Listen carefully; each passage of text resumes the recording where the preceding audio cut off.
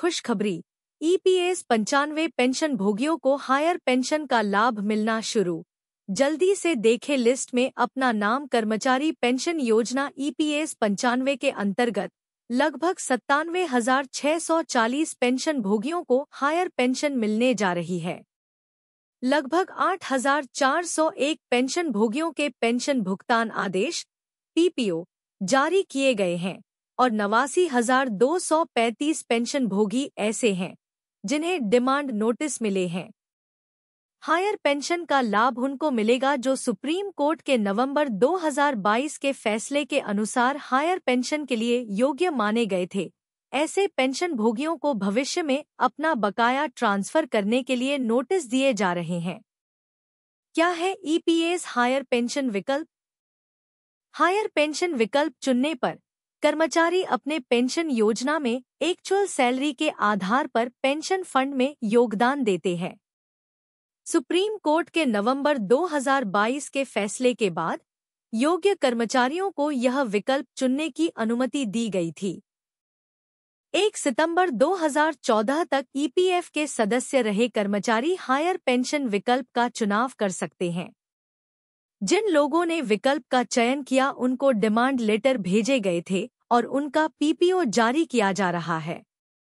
लगभग 8,000 पेंशन भोगियों के हायर पेंशन का पीपीओ जारी किया जा चुका है और बाकी लोगों का जल्द जारी होने वाला है। लिस्ट में अपना नाम देखें। आपको हायर पेंशन मिलेगी या नहीं, अगर मिलेगी तो कितनी मिलेंगी, ये जानने के लिए आप इस प्रोसीजर को फॉलो करके पता कर सकते हैं। 1. सबसे पहले आपको गूगल में मेंबर सेवा पोर्टल पर जाना पड़ेगा या सीधे आप इस वेबसाइट पे जा सकते हैं unifedportalmem.appfindia.gov.in। 2. उसके बाद आपको इम्पोर्टेंट लिंक में पहला option track application status for pension on higher wages पर क्लिक करना होगा। तत्पश्चात आपके सामने एक नया पेज खुल जाएगा। अब आपको track status of EPS higher pension applications पर क्लिक करें। 3. अगले पेज में निम्नलिखित जानकारी दर्ज करें। Acknowledgement number, UAN universal account number, PPO number और कैप्चा कोड। आधार आधारित सत्यापन के लिए अनुमति देने हेतु चेक बॉक्स पर क्लिक करें। गेट ओटीपी पर क्लिक करें और ओटीपी दर्ज कर अपनी पहचान सत्यापित करें। उसके बाद आप देख पाएंगे कि आपकी स्थिति क्या है। अगर आप जानना चाहते हैं कि ये हायर पेंशन क्या है, किनको मिलेगा, किनको नहीं मिलेगा, इसके ऊपर अब तक क्या क्या हुआ है, सुप्रीम कोर्ट का क्या निर्णय था, शुरू से अब तक पूरी खबर जानना चाहते हैं तो कमेंट में यस टाइप करें। पेंशनर्स ने पीएम मोदी से की सीधी बात। ईपीएस 95 हायर पेंशन पर ईपीएफओ का खुलासा। देखें, पेंशनर्स ने पीएम मोदी से की सीधी बात। ईपीएस 95 हायर पेंशन पर ईपीएफओ का खुलासा। देखें, कर्मचारी पेंशन योजना 1995 हायर पेंशन का मामला एक बार फिर प्रधानमंत्री नरेंद्र मोदी के दरबार में पहुंच गया है। सेल बीएसपी पेंशनर्स एसोसिएशन ने कर्मचारी भविष्य निधि संगठन के रवैये के खिलाफ पीएमओ को पत्र लिखा है। पेंशनर्स ने पीएम मोदी से की सीधी बात। ईपीएस 95 हायर पेंशन पर ईपीएफओ का खुलासा।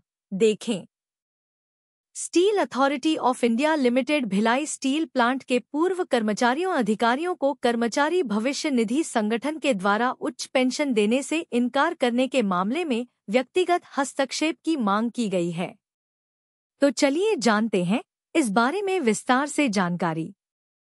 Employ pension scheme EPS 95 higher pension का विवरण। सेल भिलाई स्टील प्लांट के पूर्व कर्मचारियों को कर्मचारी पेंशन योजना के अनुसार 6,500 बटा 15,000 रुपये की अधिकतम मजदूरी के आधार पर रायपुर स्थित ईपीएफओ क्षेत्रीय भविष्य निधि कार्यालय से लगभग 2,500 से 4,500 रुपये मासिक पेंशन मिलती है।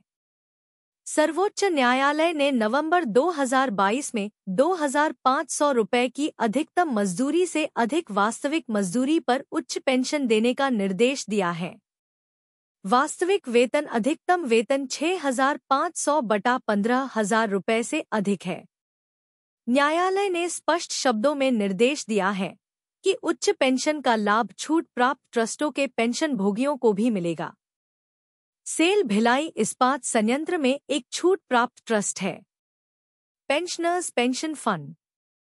सर्वोच्च न्यायालय के निर्णय के आधार पर पूर्व कर्मचारियों को आरपीएफसी द्वारा जारी किए जाने वाले मांग पत्रों के आधार पर उच्च पेंशन प्राप्त करने के लिए ईपीएफओ आरपीएफसी में लगभग 15 लाख रुपए से 50 लाख रुपए जमा किया।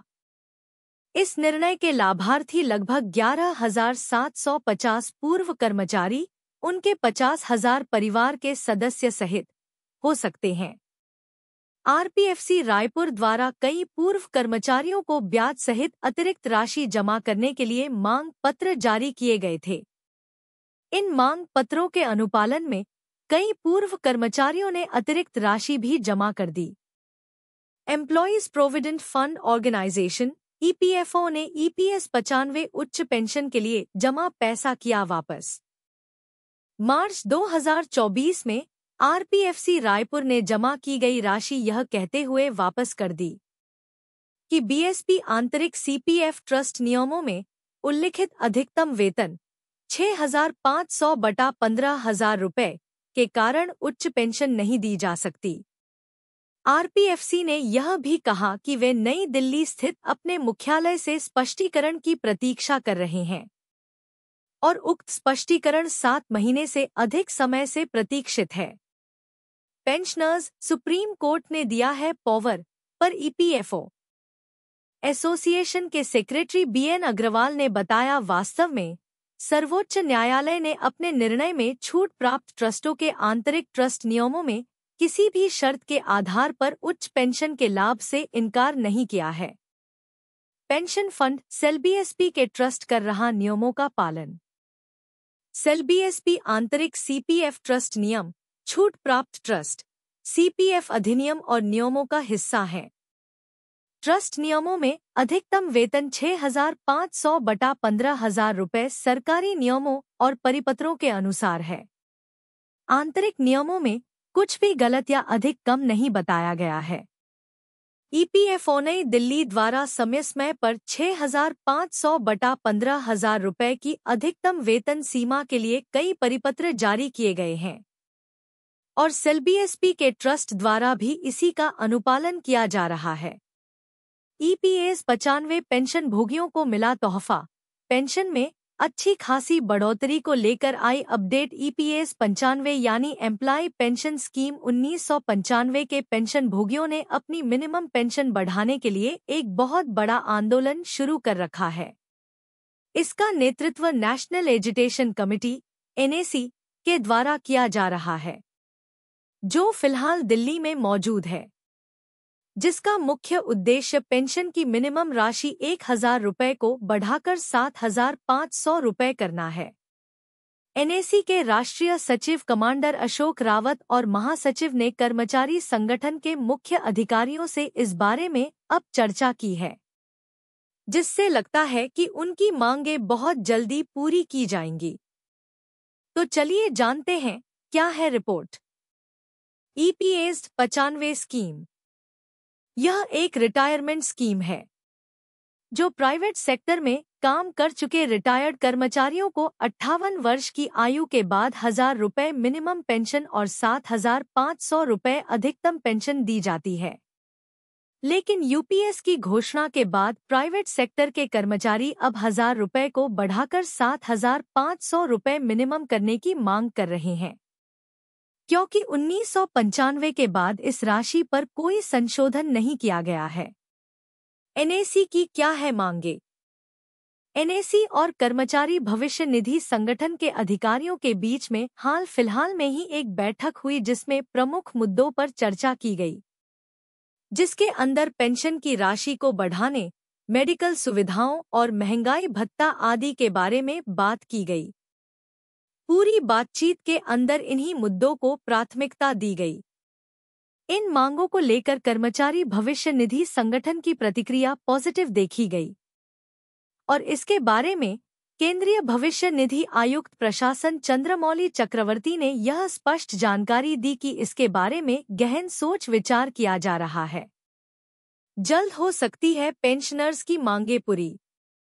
31 जुलाई 2024 को जंतर मंतर पर की गई पेंशन कर्मियों की हड़ताल की वजह से यह मुद्दा सबके सामने आ गया, जिसकी वजह से अब नेशनल एजुकेशन समिति (NAC) और कर्मचारी भविष्य निधि संगठन के बीच में इन टॉपिक पर चर्चा बरकरार है, जिसको देखकर लग रहा है कि बहुत जल्द ही पेंशनर्स की मांगे पूरी कर दी जाएंगी।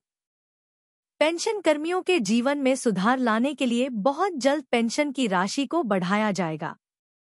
साथ ही मेडिकल सुविधाओं और महंगाई भत्ते के ऊपर भी काम किया जाएगा, जो कि पेंशन कर्मियों के लिए खुशी की बात है।